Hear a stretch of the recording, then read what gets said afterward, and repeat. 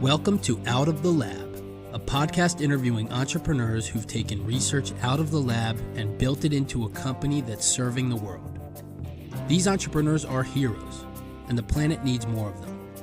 So tune in, learn from their successes and failures, and get inspired. Visit bountiful.work to join our community and realize your power to save the world.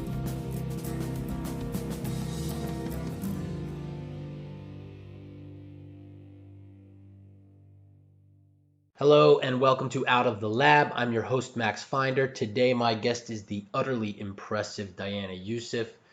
She's done everything. She's been a seed stage venture investor. She was involved in several university spin-outs from MIT and Stanford. She's super dedicated to solving developing world problems, especially with her current company, Changewater Labs, which has this really cool technology for processing human waste on site in the toilet, which we get into quite a bit. She's been a consultant for McKinsey, an advisor to NASA, a million other things. She's been in a bunch of publications, including Forbes, and she was on the cover of Boss magazine. The conversation is awesome and inspiring. We talk about what to do after your PhD, how to get entrepreneurial as a scientist, the extreme value of small grants, and some details on how she applied to those small grants. I was super inspired towards the end where she said something like, if you have a hunch that you're onto something, keep going. So tune in and get more of these tidbits and get inspired. Visit bountiful.work to get early access to our platform. And yeah, enjoy the episode. Thanks for listening. Diana, thanks for joining us. Thank you for inviting me. So I'd love to start at the beginning and your first kind of university spin out that you had a relationship with, but you've seen this stuff from both sides, right? Both as a researcher and as an investor. And so, I don't know, I think it would be really cool to understand your perspective from each side of this thing. So maybe you can tell us, I guess, a bit, was Immerse Global the first spin out that you were a part of? That was the first one that I was actually part of as a principal, not as an investor. But so it kind of starts before that. It's kind of actually a funny story because after grad school, I did my PhD and then didn't really know what to do if I wasn't going to go into academia, and landed in business school. And then when I had to find my first summer internship, and ended up landing a summer internship with a venture capital firm, which at the time I didn't know what venture capital was. And I had no idea that was the job that everybody at business school wanted to have. So I ended up taking this job, thinking, well, at least it's paid. And that was my first exposure to this. It was a seed fund. So essentially they were looking at portfolios of technologies coming out of, mostly they were looking at Columbia and the universities around New York City to turn those into companies.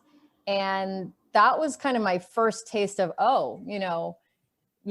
because I was getting a business degree and I had the understanding of the science, I was like, oh, I could bring these things together and then they can turn into things that have impact on people's lives. Do you recommend a business degree for scientific PhDs? Is that something you would do again? I get a lot of benefit out of it.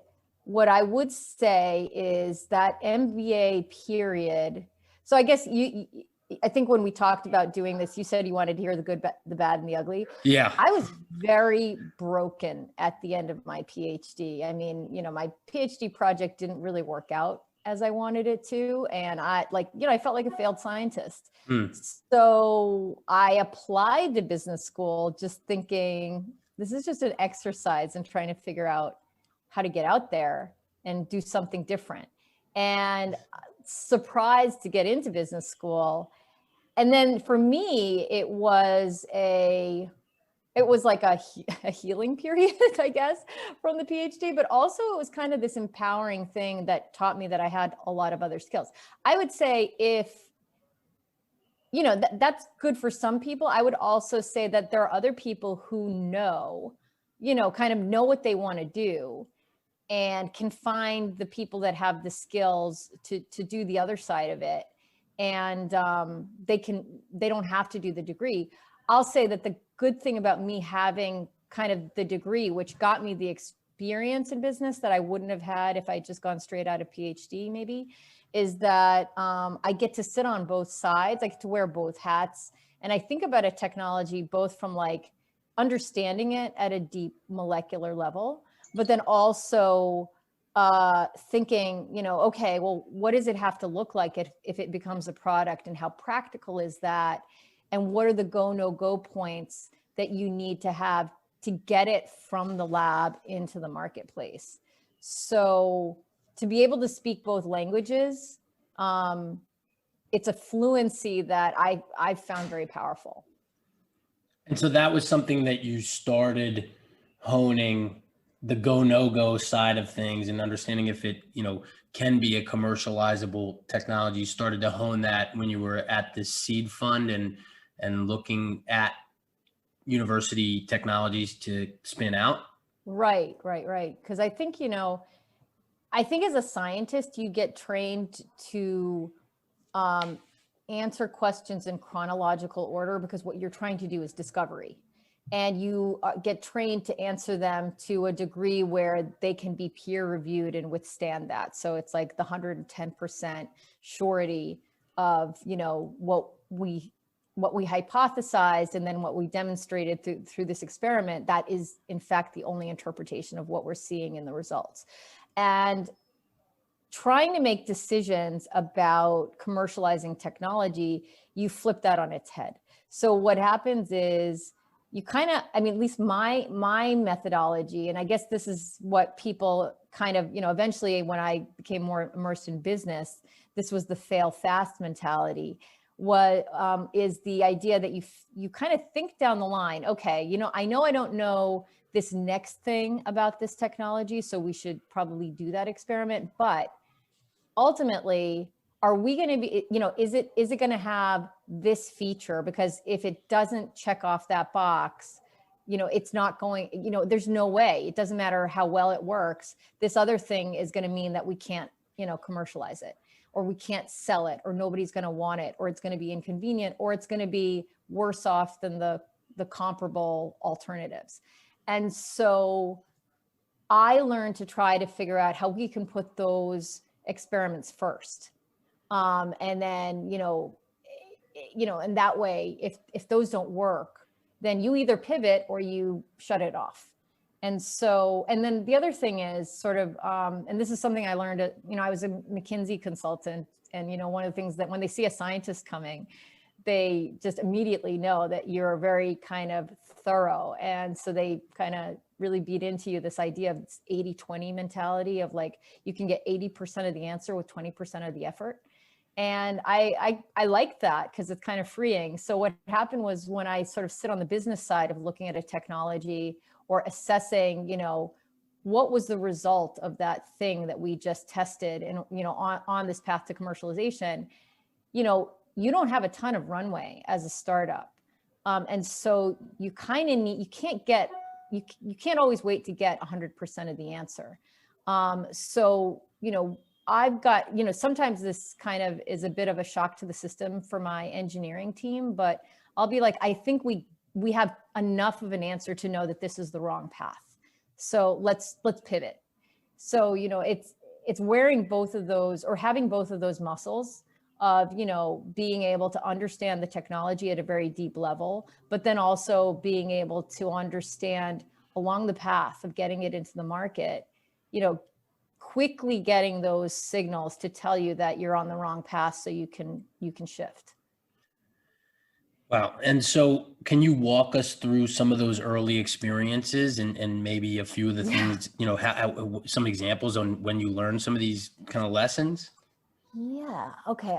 You know, some of this is ancient history, so let me dust some of that off. I remember, so when I was actually after business school, I you know, a couple of years after business school, I did end up joining a seed stage fund where I was the one scientist on the team.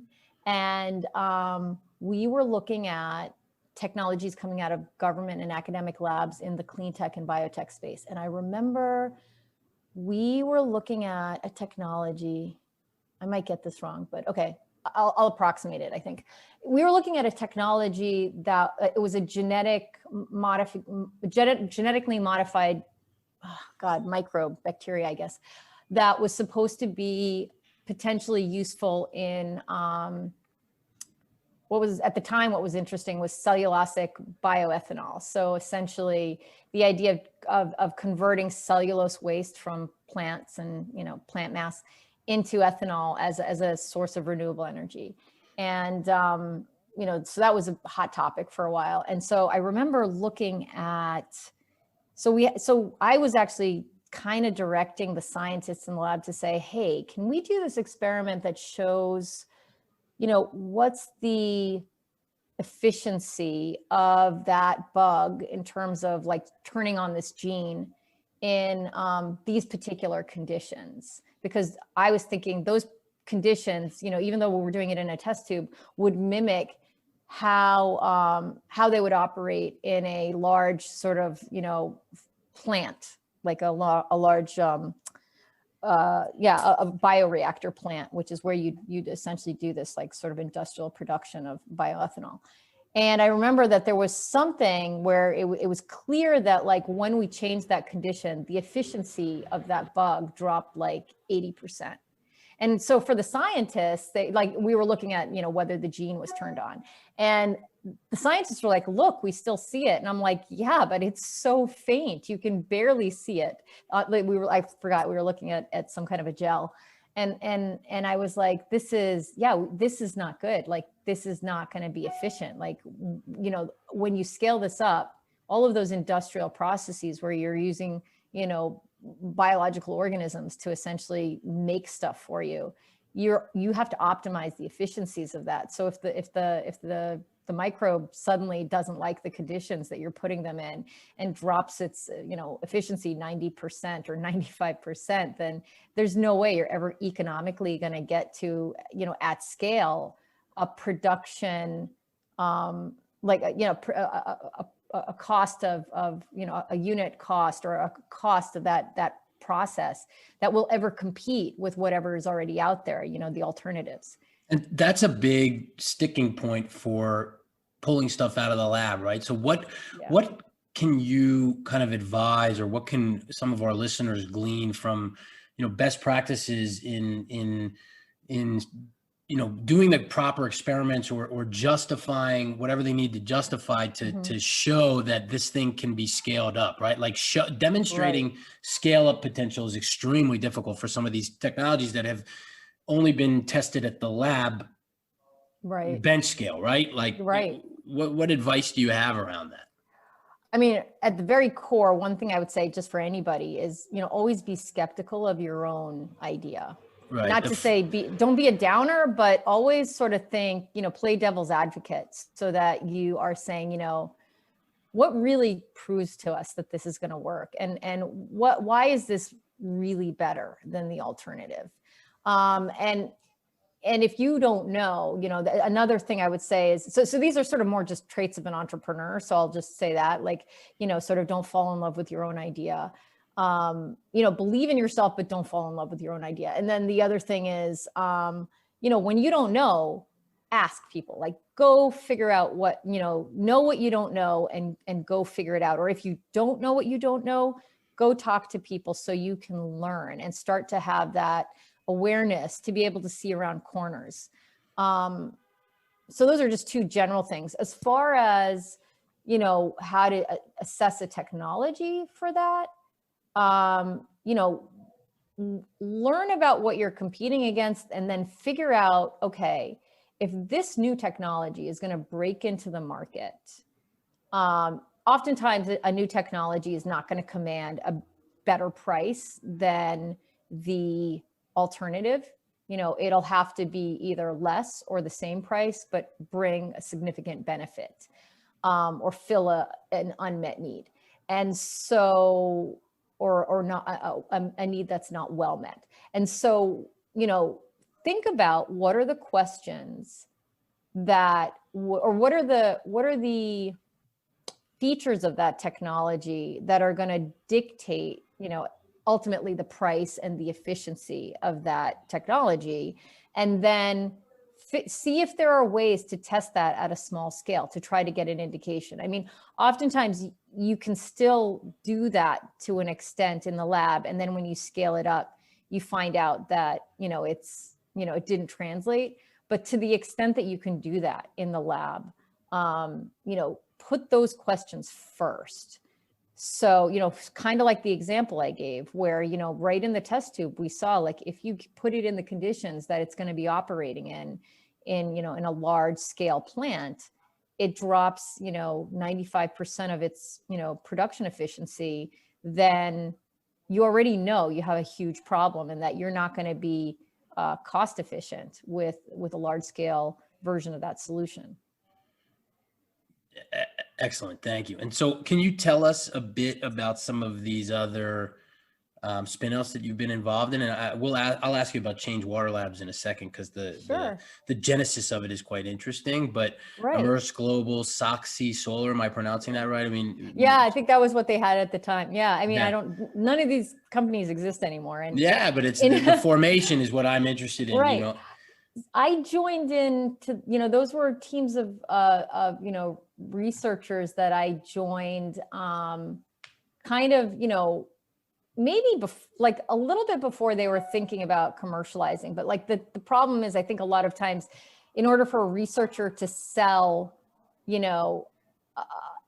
a vision to, for that seed funding, you have to translate it into something that investors and business people can understand.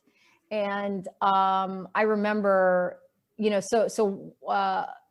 guess, not to call them out. So I guess one of the companies I came on as they needed the business person, right? And it was actually not a field that I really understood. I had to learn about it. It was thin film solar. And so so we had an opportunity to pitch in front of, for some Massachusetts state government or state funding that was targeting the clean tech industry. And so, we prepared the pitch. I had to really work with the researchers in the discipline of telling the story. Like, don't show me a lot of the data that came out of the experiments. Tell the story of why is this going to matter and who's going to benefit from it, both in terms of, what it does and what it costs.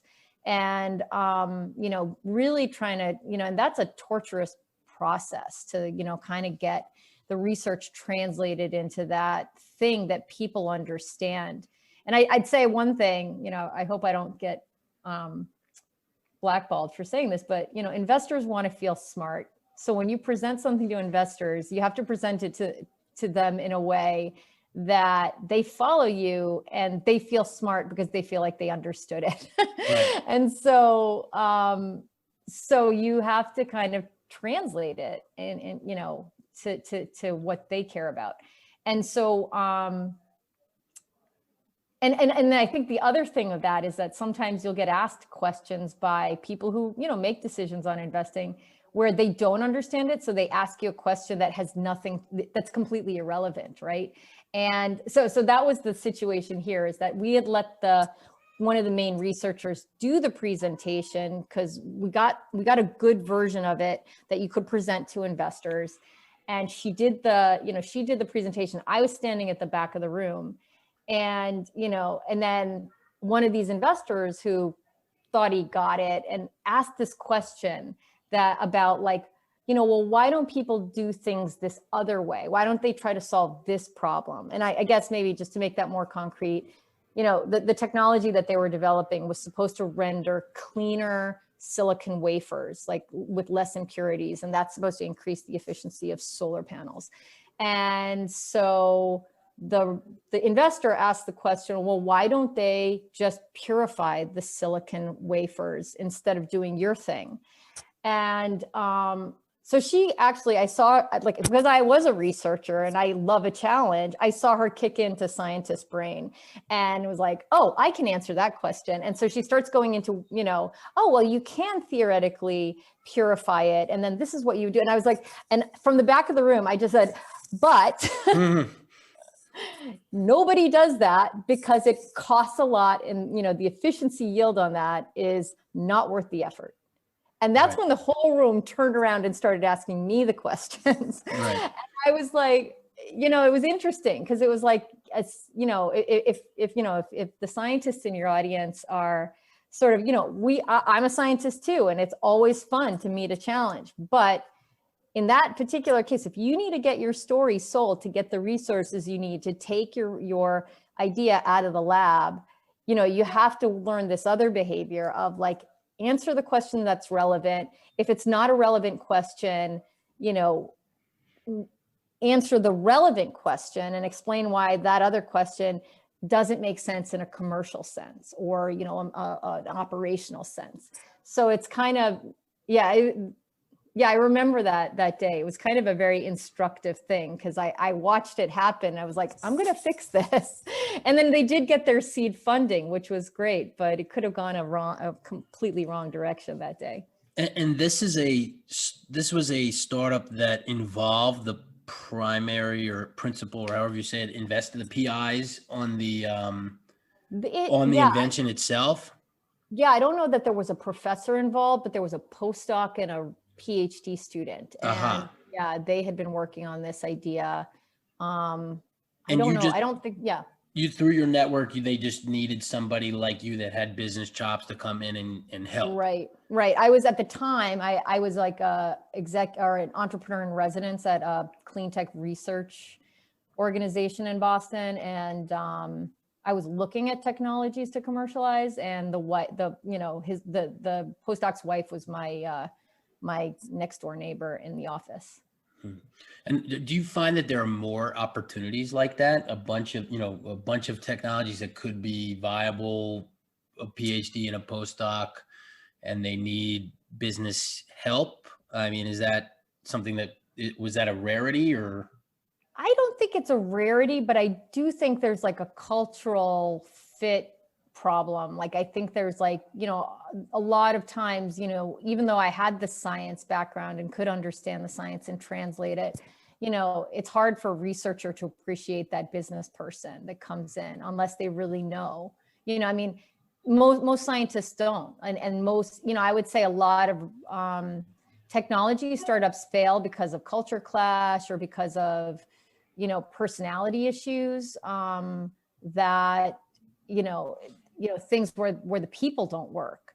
And so then you never get to the point of whether the technology works or not. I guess how can PhDs kind of improve on some of these things that they need to do? I mean, obviously getting an MBA is one tactic, or working in industry, but what other kind of advice would you have on that front? I think networking outside the lab is key.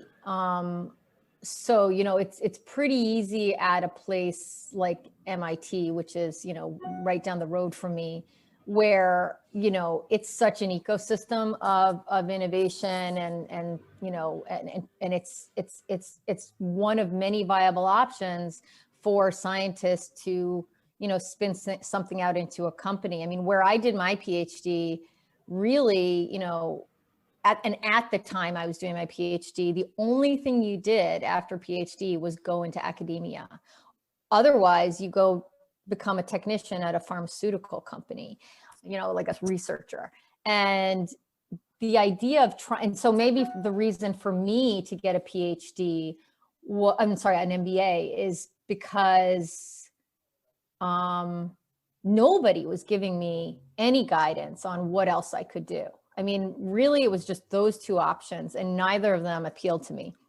And I knew that so my kind of journey when I was in the lab was, besides the fact that my project didn't work out as well as I would have liked it to, was that, it was it should have been very clear to me very early on that I was really interested in what was going on in the outside world. Like I'd be at my bench, pipetting my experiments with like NPR and BBC News on, really thirsty to hear about what was happening in the developing world. And, and just, so there was something about that appealed to me. And so, it should have been obvious to me that I was just not going to be somebody who'd be happy being in the lab and working on something that was so abstract that, only 3 other people in the world cared about it. And so, but I didn't know what was that thing that, really the link I was trying to make was the link between my curiosity around nature and the power of, how can you leverage nature and science and technology to helping people in vulnerable areas. So, and those were the 2 things I was trying to link. So the MBA ended up being something that I felt like was a tool that would help me get to link these 2 things, because I didn't know how to link them. But so to answer the question you were asking, I would say just, get out of the lab, figure out what sets you on fire besides your research. Like, and talk to people, because when you take people out for coffee and talk to them, not that we can do that now, but Zoom coffee, and learn about different like problems that people are trying to solve in the world. And then if something resonates, is your research related to that, or can you link up to research that could then maybe address that?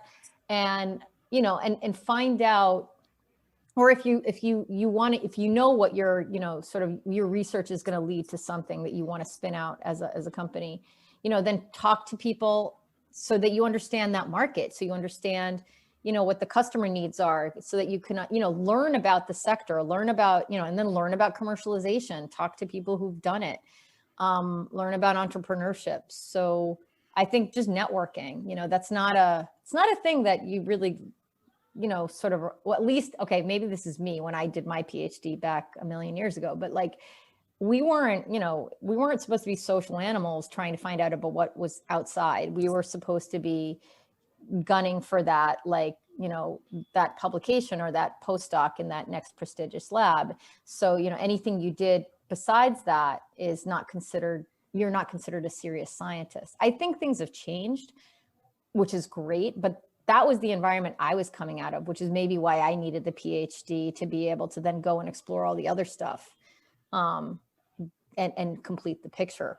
Yeah, and it's something we're trying to help these young scientists with Bountiful, is really connecting with industry, connecting with the broader world, and trying to understand problems that are worth solving, and what are the detailed constraints and criteria around those problems. Are there opportunities in TTO technology commercialization? Like, what are your thoughts on the state of kind of this, that there's a bunch of invented technologies at research institutions that don't necessarily really go anywhere? Is it because they're not breakthroughs, or is there something else? Well, I think also they're so early, right? That like, it's not, a business person would really have to be well-versed in order to be able to tease out why one technology was better than another as far as an approach for something. Or, the TTO is not necessarily also telling you, oh, this technology could be used for X, Y, Z. So you really has to connect, like it's almost like the person, whoever's coming in to try to, review that portfolio and try to commercialize it, has to have such a level of expertise that they can already envision what that technology could be used for, and has a level of expertise to understand why it's better than some other technology. Because there's always tons of technologies that are sort of, they all get pitched as trying to attack the same thing, but, trying to understand what the nuanced differences in why and differences are, and why that's going to translate, that's going to make all the difference between success and failure. That's a pretty heavy lift. And then on top of that, I remember when I was in EIR at that research institute, and I was trying to go through their portfolios of technology. It was like utterly inaccessible. Like professors wouldn't,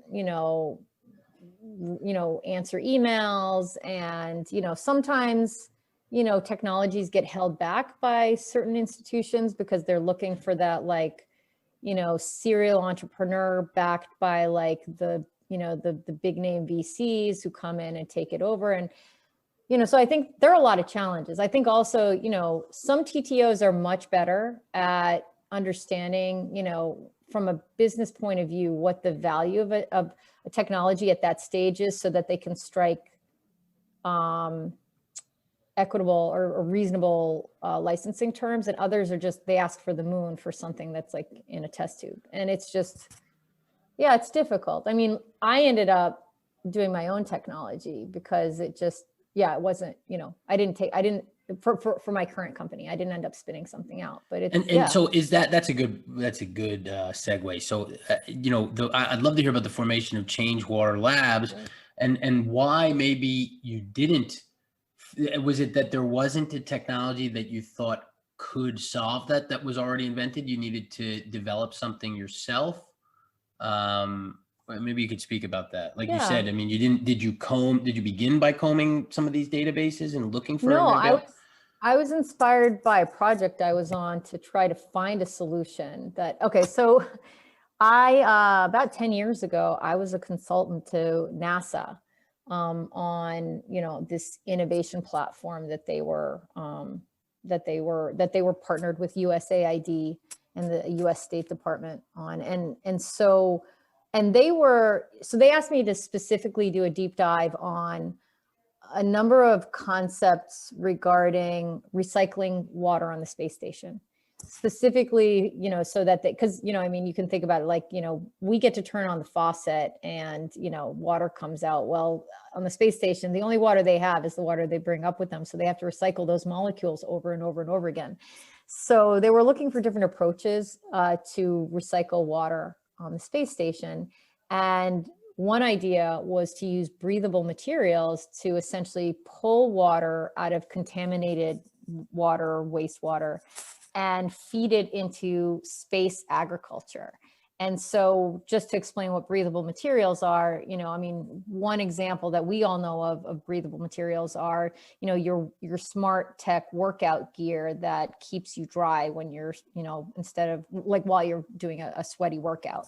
And so these are materials that will pull the water away from your skin and release it to the air as molecular water. And so so essentially the energy that, the energy for that motion of water is really that local energy. And essentially it takes, it's driven by sort of atmospheric conditions and, the differential of, the moisture on your sweaty skin versus the relative dryness of the air. So it's like a lot of like, thermodynamics and, local energy that's involved with that.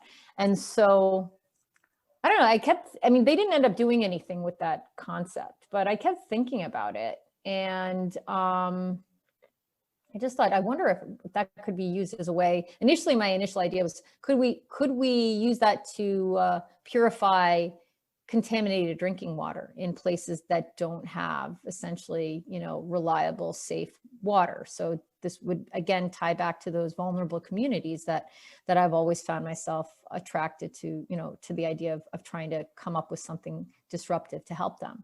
And so, and I guess, where you are in Israel, I mean, you guys are all about water technology, and because you appreciate that you're in a very dry area. And so you have to take ocean water and turn it into usable water. So anyway, I just kept thinking about it. And then I did actually approach somebody I knew who was working on something a little bit not similar, like just he had this material that I don't think he even invented it. He just invented a way to render it.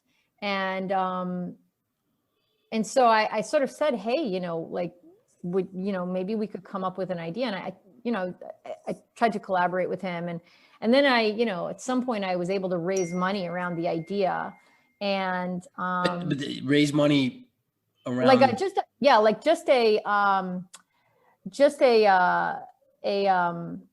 sorry, I'm just turning off my notifications. All right, sorry.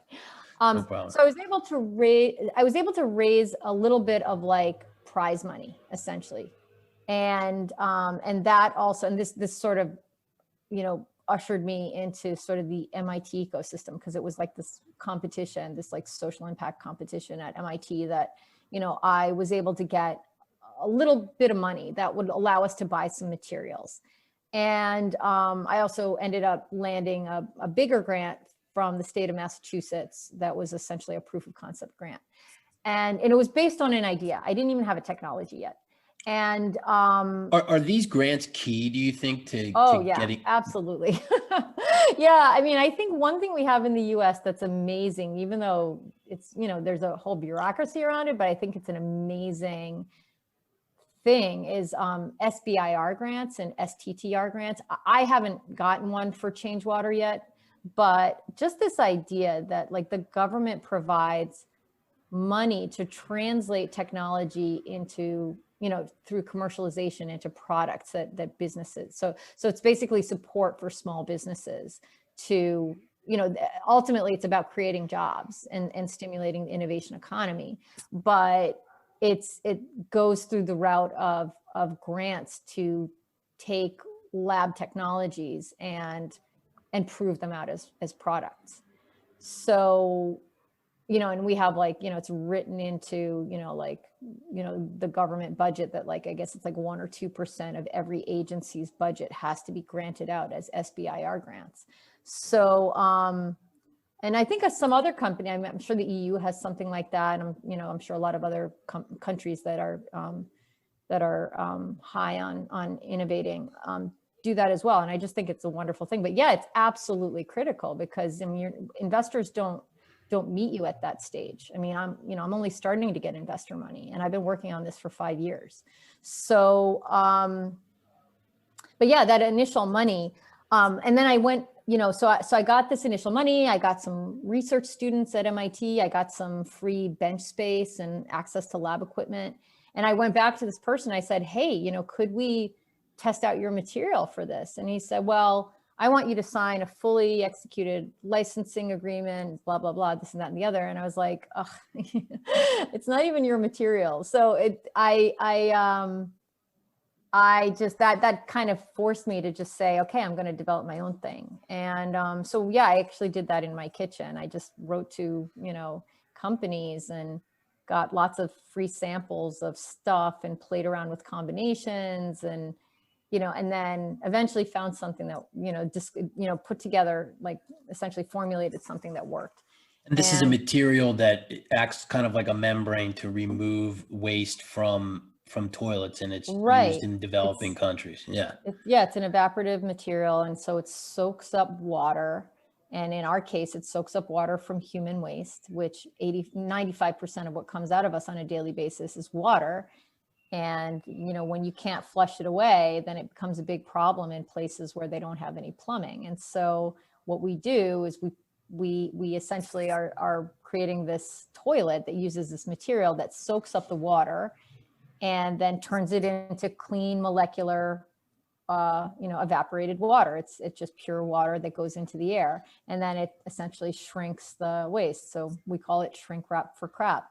And it's, and yeah, so that was kind of the approach. But, it was interesting because, yeah, I wanted to partner with somebody who had something, and then. Well, yeah, if you didn't partner with somebody, what did you apply with exactly? Like the concept. And maybe can you drill down a bit more into that? Yeah. The idea that this evaporative material can be applied to this, but you still have to locate the technology that can actually achieve it. Yeah, actually, now that you point it out that way, yeah, that's what we did. That's pretty remarkable. Yeah. I mean, I think by the time we got one of the grants, we had our first version of the membrane figured out. But the science of it made sense enough to be awarded some of this grant money. Yeah, and it wasn't just the science. It was the you had to talk about what the need was too. You had to talk about like, what was the application? Why was it going to be better than the other solutions that were out there? Why was it going to solve problems that other solutions couldn't solve? And and what was going to be sort of the social and the market and the environmental impact of all of that. So yeah, I remember, yeah, those were very theoretical pitches that I was doing at the very beginning. Right. If we can find this. I didn't say that. Well, okay. but what did you say? I mean, did you say we have a lead on a couple of options and we're pursuing them? We were trying, I think we tried something that already existed. And then we kind of just, and we said, oh yeah, this is how it's going to work. And then, right. Of course, and then eventually we didn't end up using it because it actually it had a lot of like suboptimal properties. And so we just didn't go with it. But like we went, we kind of worked out, like we tested a bunch of things. And so sort of as far as like, how did we, we kind of glossed over that part. Amazing. I wonder how common that is. I mean, like, again, this is the kind of the area that I'm interested in. Like, can people take inspiration from that and try to, if there's a need, there's a problem, we understand what is required to solve this problem at a very detailed level. And all we need to kind of do is find and develop the technology.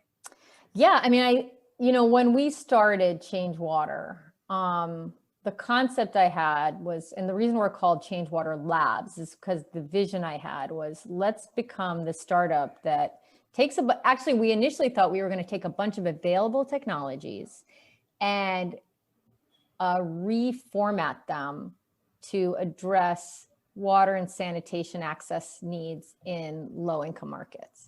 So it was about frugal engineering, or frugal innovation, which I don't know if you know of that concept. It was something that was sort of a bit of a buzzword, especially in India. I think the Hindi word was jugaad. So anyway, but this idea of frugal innovation, and how do you take existing, or how do you take existing materials or innovations and strip them down to what's really needed, and maybe give them another application. And so we thought maybe we could do that because there's a ton of technology out there. And actually, one of the concepts that we had was, why don't we get technologies in the developed world that are kind of already at their like D stage round of fundraise, haven't exactly hit their commercialization yet in the Western markets. And then could we work with companies in India to essentially reformat license those technologies, reformat them, and put them into much simpler, but, really needed solutions around water and sanitation, and distribute them with a distribution partner in India. And so when we had one in place, and so we were, and so the idea would be that the win-win in that situation is that we would go open up a new market and a new application for a technology whose primary market was really targeted to be the West. But, so get some upside for that entrepreneur and share in that upside in that new market that we opened. But without having to go through the whole process of generating a technology from, the molecule, to the device. And that's like the that was the original concept. That's not what we did. That's not what we ended up doing. I mean, but where the shift came was, I was actually trying to raise essentially a fund to do that. And that wasn't working. And I kind of one day just said, I hate this. I hate just trying to raise money and not actually doing anything. And so I just said, okay, I'm going to develop my own solution. And then I revisited that idea from years back that I had at NASA. And I said, what if I could figure that out and turn that into the proof of concept for this innovation accelerator idea that I have, this frugal innovation accelerator idea. So, it hasn't exactly gone that way, but, and I thought it didn't take like a year. It's taken 5 years to get from concept to product. But yeah, we just kind of, we didn't earn, I at some point I figured out I don't earn the right to say I want to do this until I've actually developed the product and proven that it can happen. And it's now it's funny because now we've gotten so much interest in what we're doing, and people companies coming to us and governments coming to us asking us to take our solution and adapt it to these different applications. So now it's almost like we are going to go back and possibly be able to do that labs concept of being able to have one platform technology that then plugs into a bunch of different applications all around the globe. Yeah. Amazing. And so if you had to think about advice that you would give to young entrepreneurs, young scientists that want to be entrepreneurs, or just in general, young scientists, I mean, what stands out in your mind? Right. The one thing that I think I learned through all of this is you have to be brave. So it sounds like you're resiliently just starting companies, working on ideas, and just trying to change the world. I mean, it's amazing. Yeah, I mean, I think I would say, this is maybe not something PhD students have to deal with, or at least younger ones. A lot of that happened because I became a mom and I suddenly became irrelevant from a career standpoint, I guess, or professional standpoint. And so it's not like people were banging down my door, asking me to do things and, wanting to pay me gobs of money. So, for me, the shift came that I was like, literally nobody puts value on my time. So except for this little baby. And, she's not going to need me in a couple of years. I mean, not so much anyway. And, I didn't envision myself as being a full-time mom. So I just, I knew I had to kind of have that part of me fed as well. And so, and so I just said, well, look, why don't I go back and try to figure out that idea? And let me start something, cause like nobody's going to pay me. So I might as well work on one of my own ideas and see if it has legs. And then, and I have to tell you, and the part of the be brave part, I have to tell you, I mean, I don't know if I started off as brave or I just started off as desperate, but, I did not tell people, like my close friends did not know what I was doing for years. I didn't talk about it because I was like, okay, it's a little hobby on the side, even though it wasn't really a hobby. I mean, I was spending a ton of time trying to get people to believe in the concept and put resources behind it. But I didn't talk about it for a while. And then suddenly it started, becoming this thing that attracted attention. People were like, oh, that's what you've been doing. So I would say, yeah, you have to kind of be brave. And, if you had to tell yourself some advice, I mean, would you tell yourself to have talked about it earlier? I don't know. Or was there a different piece of advice you would have told yourself back when you were a PhD even maybe? Yeah, let's see. Gosh, going back to when I was a PhD, it was tough because I think a lot of PhD students are still young, so they're kind of still figuring themselves out. And I think, I think probably today, somebody getting a PhD probably has more exposure to, the concept of going and starting a company. And so that's more in the air, or going and striking out and doing something other than academia. And that was not, I tried to get advice about this when I was a, PhD student, and nobody had any good advice. So I can't even give myself advice from when I was a PhD student to say, go out and be brave because I didn't know it existed.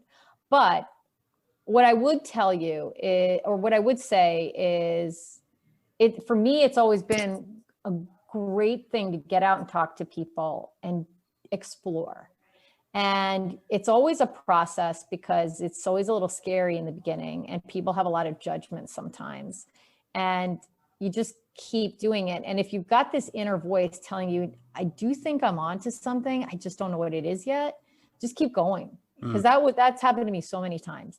And, I remember when we first started Changewater and the idea was that, this waste volume minimization on site. And people, early on, people were like, that's not a thing. And I'm like, it has to be a thing. It just has to, because you see Coke doing the opposite, right? Coke takes water out of their product and they ship around syrup, and then they put water at the end or wherever it's going to be consumed. And so it's, this is the opposite, right? We're trying to get rid of something that's mostly water. And so, I was just like, this has to be a thing. And then of course, years later, some of those same people are like, duh, why isn't everybody doing this? So, sometimes you have that inner voice. So listen to it. You might not completely know where it's taking you, but just listen. And I think the other thing, and maybe this might not necessarily be, well, my big thing, and I don't know how it applies to PhD students, has been, and this has been the last couple of years, and this is why COVID hasn't been that hard for us, has been, don't worry about the stuff you can't control. Put all your energy into doing the thing you can do today to move whatever that idea is along just the next step. You don't have to kill yourself to try to solve all of the problems today. That has been like a molecular change for me. So yeah, I don't know if that's useful for a PhD student, but it's extremely useful for anybody, I think, that would hear it. So yeah. Diana, thank you so much. Where can people find you? Yeah, so our website is www.change-water.com. And there's a way to contact us through the website. And also for engineers, especially in the Boston area, I guess, since we're under COVID, but for engineers, we are hiring. So, you know, if you're interested in that, take a look on our website. And other than that, yeah, we, you know, follow us on LinkedIn or Twitter, Facebook. I have to get better about social media. I'm pretty good on LinkedIn, but yeah. Great. Diana, thank you. Visit bountiful.work to join the early version of our platform, and have a good one, everybody. Thanks for listening. But now we need your help. We're building a community of scientists, students, entrepreneurs, industry leaders, and investors to commercialize meaningful technology and research. Join us at bountiful.work today to find opportunities and realize your power to save the world.